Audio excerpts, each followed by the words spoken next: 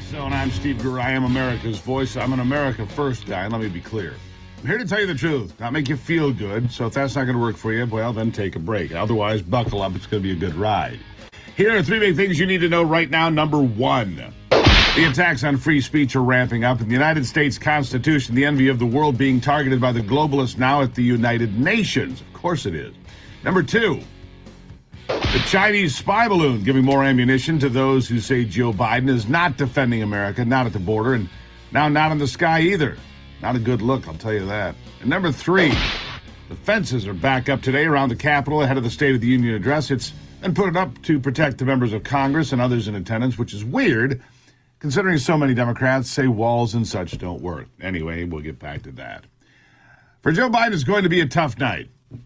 He's going to say a lot of things that we already know are just not true, but what are you going to do? What is there to do about it? I mean, this is the week after Biden and the United States let what everyone seems to think was a Chinese spy balloon cruise over the country day after day for more than 100 hours before finally letting the air out of the thing over the Atlantic and then being threatened by the Chinese, for which we said nothing. It's a time when the southern border is, for all intents and purposes, wide open, with record-setting numbers of illegals flowing in every single day. As a result, towns like Yuma, Arizona, getting pounded. We're told the hospital there teetering on financial collapse.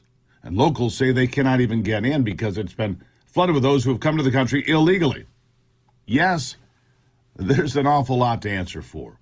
And this is the good news for Joe Biden and company right now, because the nation has soured on this administration. And no matter how they try to create the illusion of a good economy and how well things are going, people all over the country have a very different take.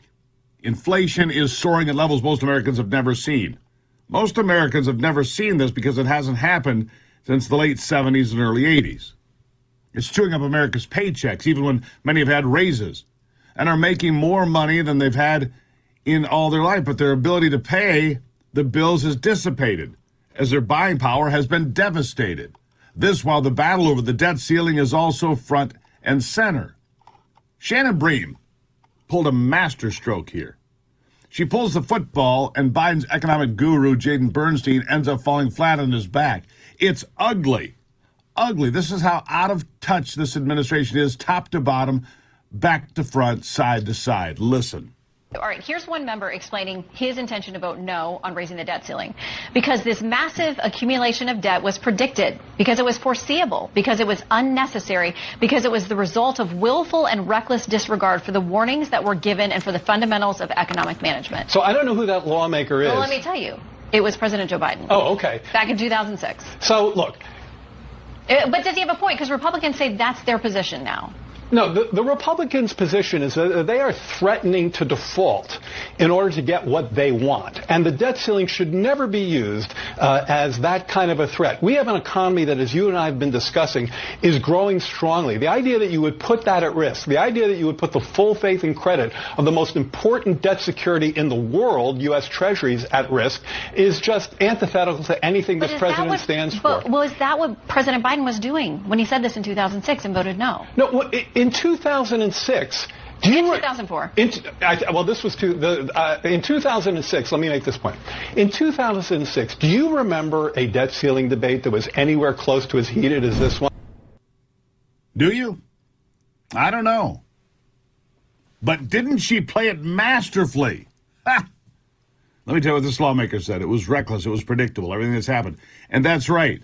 It's reckless and predictable when you have massive amounts of government money and you spend it, that inflation is going to go up and paychecks are going to be hit hard and people are going to struggle because their buying power has been destroyed. And like I said, the nation has taken notice. So have the major media defenders of Joe Biden and his team. Many have soured along with the rest of the nation, disappointed with the economy, the border, crime, foreign policy, and just about everything. In fact, Joe Biden and his team really don't have anything they can point at that the American people will actually buy. I mean, they're going to try. They're going to come out there and spit it, tell, oh, we're doing this, we're doing that. How many times does Joe Biden say MAGA Republicans? How many times does he blame them? How many times does Joe Biden say democracy tonight? How many times does he say all the things that he says? And they don't even, Americans don't even want to think about this guy running another 4 years. Trust me on this. America has had it to here. And what would a look at Joe Biden's failing numbers be without lightweight commentator Lil Chucky Todd? Lil Chucky Todd is a guy who's been out there defending this guy forever. Well, here's what he has to say now. Listen. When President Biden addresses the nation on Tuesday night, he will be speaking to a skeptical public. Despite the low unemployment rate, a stronger than expected midterm performance for his political party, and a string of legislative accomplishments, the president's job rating sits at just 45%. His poll numbers are even lower on his handling of the economy, foreign policy, and specifically the war in Ukraine. 2/3 of voters have reservations or are very uncomfortable with the idea of Biden running for a second term. Oh, and by the way, that 45% approval number is the highest of any poll, NBC giving him a whole lot of fluff there. His approval rating is lower in most other polls. In fact, every other poll that I saw is lower than that.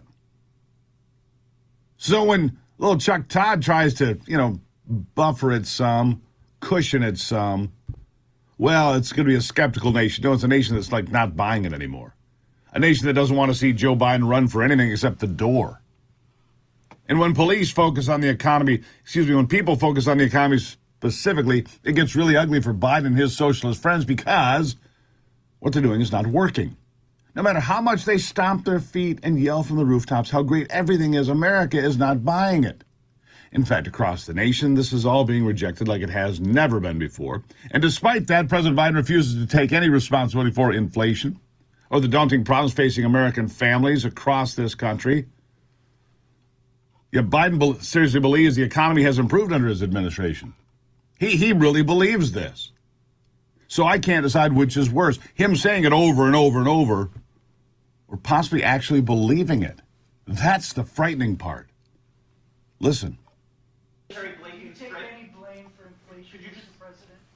I take any blame for inflation? No. Why not? Because it was already there when I got here, man. Remember what the economy was like when I got here? Jobs were hemorrhaging. Inflation was rising. We weren't manufacturing a damn thing here. We were in real economic difficulty. That's why I don't. Thank you. Mr. President, Yeah. Joey, we remember, it was terrible. No, Joe. The economy was humming along. Things were going well. We had a border wall under construction. Inflation was low. Unemployment was low. American jobs were coming back. We were putting tariffs on China. We didn't have balloons flying over, despite these strange claims that they magically found balloons flying over the Trump administration years in America. Oh, they just finally figured it out this week. Yeah, they magically put that together. Please. See, Trump did it. Do you think they mentioned the Chinese spy balloons tonight at the State of the Union? I don't think so either. I've got more of this to come. We're just getting the table set for Joe Biden's appearance. I'm Senator Joe Biden. President Jill will be right out. Thank you, Joey. Greatly appreciate it. Quick break. Good to be back. I'll be right back.